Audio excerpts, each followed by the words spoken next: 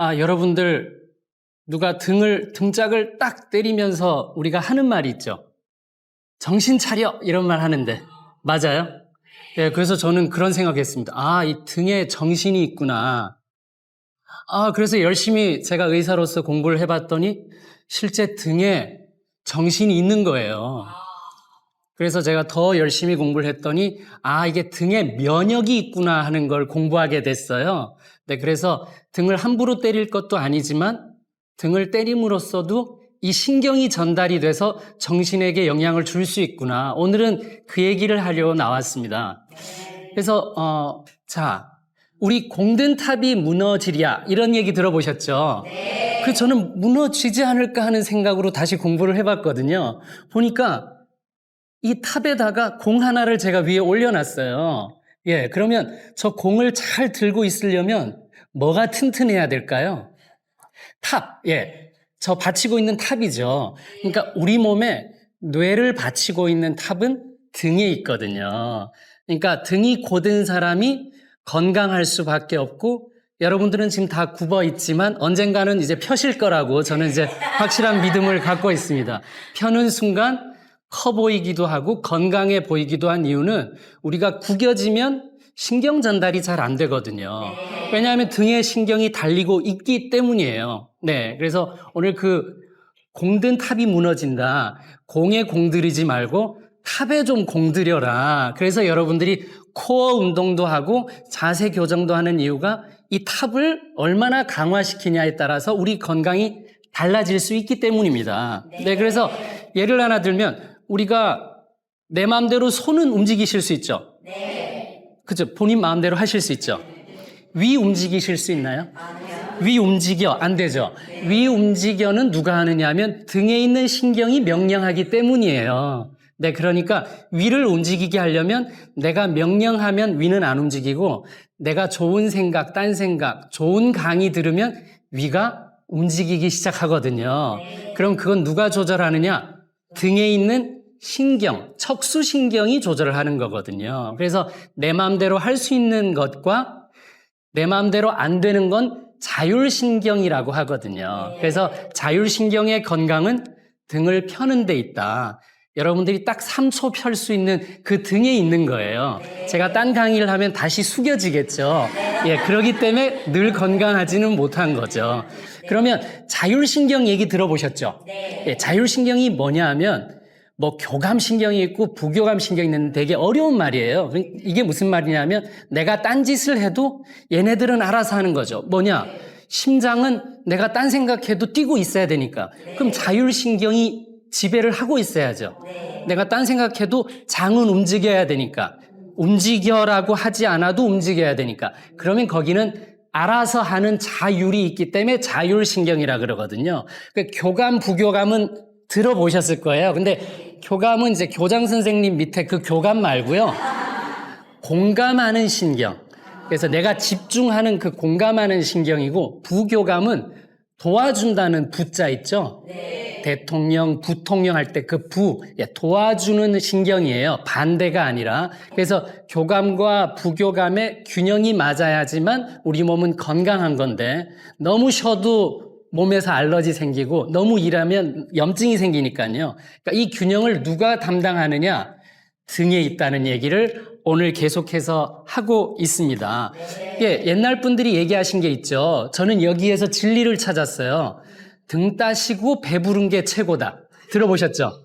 네, 근데 저는 한 오래전 20여 년 전부터 이 장에 대한 연구를 했었어요. 그래서 유산균에 대한 얘기를 많이들 제가 알려드렸는데 배에 있잖아요, 면역이. 그럼 이제 하나 뭐 남았나요?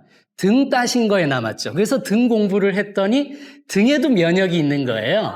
그래서 정말 옛날 말씀이 정말 다 옳다. 등 따시고 배부른 게 최고라는 말이 건강에도 적용된다는 거 여러분들이 꼭 기억하셨으면 좋겠습니다.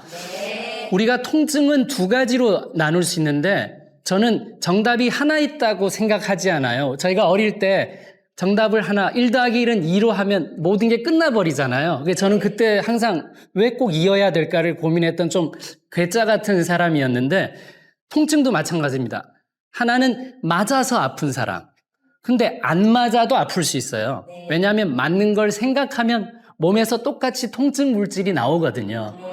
근데 맞는 거는 피할 수 있지만 생각을 피할 수가 없죠.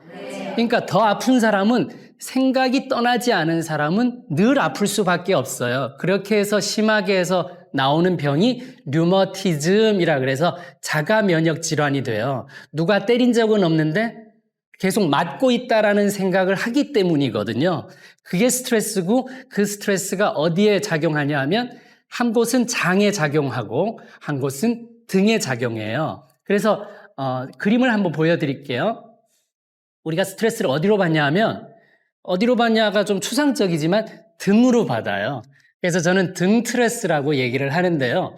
등으로 받는 이유가 우리가 앞은 보이지만 등 뒤는 안 보이니까 누가 뒤에서 비수를 꽂을까봐 항상 스트레스는 긴장하고 있다가 이 칼이 안 들어가기 위해서 등 근육을 경직시키는 게 스트레스에 대한 반응이에요. 그래서 여러분들은 매일 안 좋았던 강의를 생각하면 스트레스가 돼서 등 근육은 계속해서 굳게 되어 있어요.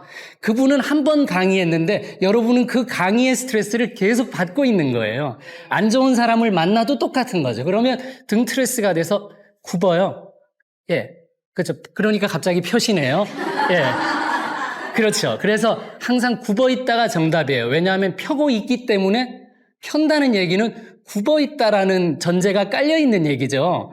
더 펼 수가 없죠. 편히 있는 사람은. 예, 그러니까 이 등으로 스트레스를 받고 있다는 말이 맞죠. 그러면 이 등으로 스트레스를 받으면 등이 지배하고 있는 앞에 장기들이 전부 연결돼 있어요.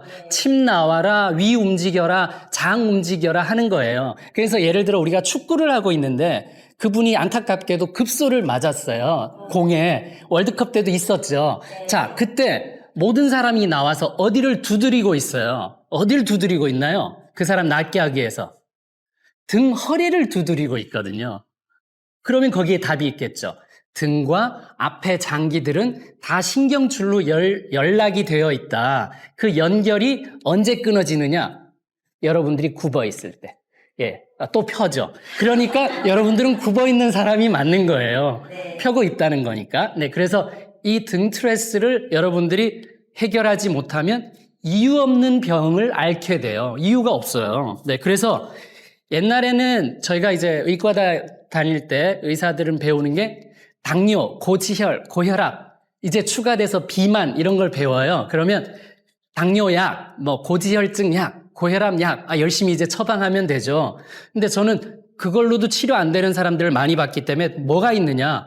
왜 소화가 사람들이 안 될까 봤더니, 장내 좋은균, 유산균이 부족해서 그랬던 거예요. 그래서 제가, 유산균이 필요하구나를 많이 공부하고 알렸는데, 그걸로도 안 되는 사람이 있더라고요. 그래서 봤더니, 등이 굽어 있는 사람은 신경을 눌러서 우리 몸이 안 되는 거예요. 자, 그래서 등을 바로 펴는 일을 하는 게 지금은 등 치료 시대가 됐다라는 걸 얘기를 드리고 싶은 거예요.